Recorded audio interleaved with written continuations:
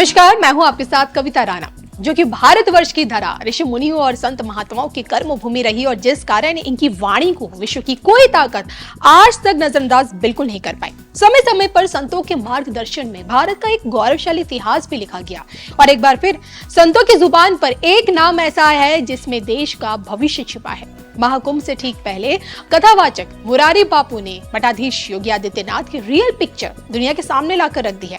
असल में उन्होंने 2025 में योगी के आने वाले 25 सालों का भविष्य बता दिया है। योगी को लेकर मुरारी बापू की फायर ब्रांड भविष्यवाणी इस बार कहती क्या है, ये जानने के लिए बने रहिए धर्म ज्ञान के साथ।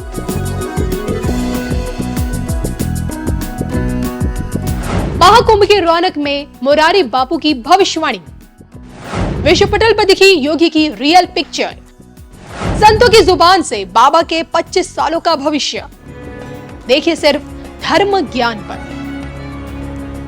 अद्भुत, अविश्वसनीय और अकल्पनीय, महाकुंभ में आने वाले प्रत्येक व्यक्ति की जुबान पर यही लफ्ज होंगे। 12 साल बाद धर्म, अध्यात्म, मोक्ष और पापों से मुक्ति पाने का इतना बड़ा सुअवसर आया है, जिस कारण यूपी के मुख्यमंत्री योगी आदित्यनाथ इन्हीं पलों को हमेशा के लिए ऐतिहासिक बनाने के लिए दिन रात प्रयासरत है। प्रयागराज की धरती पर महाकुंभ का समागम कितना भव्य होना है और संगम की इसी रेते पर किस प्रकार की आस्था की बहार नजर आएगी, इसका अंदाजा पीछे से लगा लीजिए कि साधु सन्यासियों की इसी महापर्व की कमान एक सन्यासी के हाथ में है।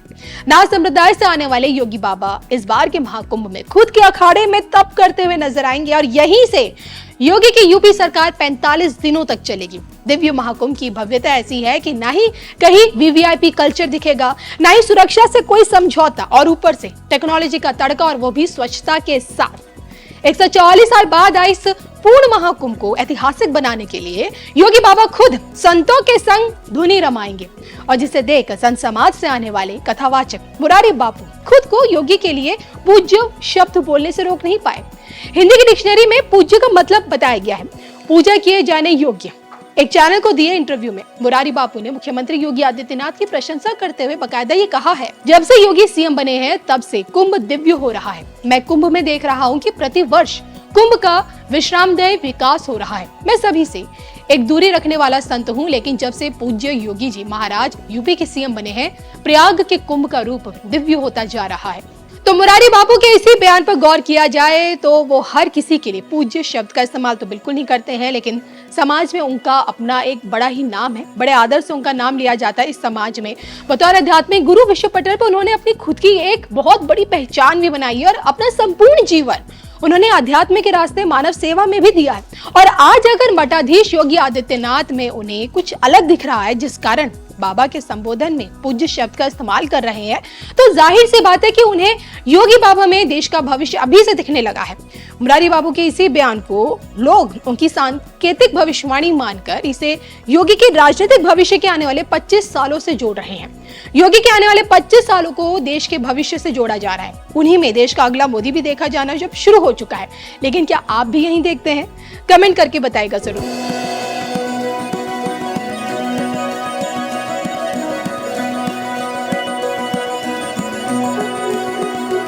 साथियों, हमारा भारत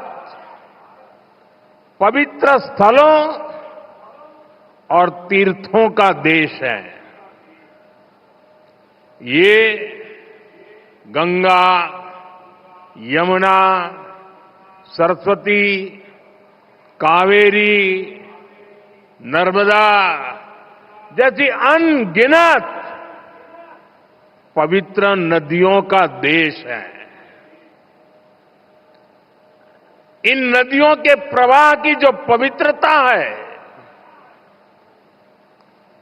इन अनेकानेक तीर्थों का जो महत्व है,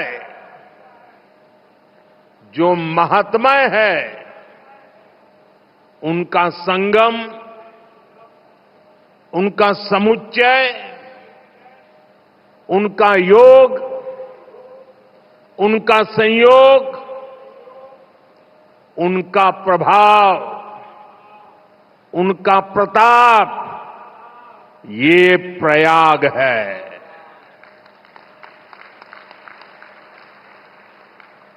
ये केवल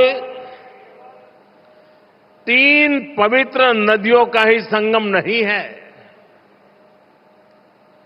प्रयाग के बारे में कहा गया है, माघ मकरगत रवि जब होई, तीरथ पति ही आव सब कोई। अर्थात जब सूर्य मकर में प्रवेश करते हैं, सभी दैवीय शक्तियां, सभी तीर्थ, सभी ऋषि, महर्षि, मनीषी प्रयाग में आ जाते हैं। ये वो स्थान है जिसके प्रभाव के बिना पुराण पूरे नहीं होते। प्रयागराज वो स्थान है जिसकी प्रशंसा वेद की ऋचाओं ने की है। भाइयों बहनों, प्रयाग वो है जहां पग पग पर पवित्र स्थान है, जहां पग पग पर पुण्य क्षेत्र है। त्रिवेणीम माधवम सोमम भरद्वाजम च वासुकिम वंदे अक्षयवटम शेषम प्रयागम तीर्थनायकम। अर्थात त्रिवेणी का त्रिकाल प्रभाव, वेणी माधव की महिमा,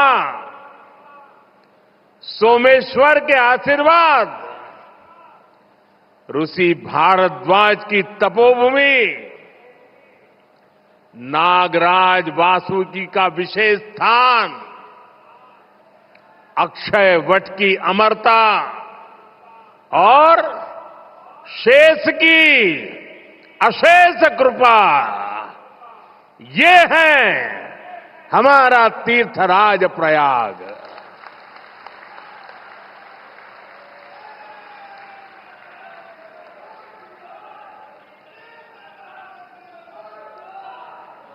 तीर्थराज प्रयाग यानी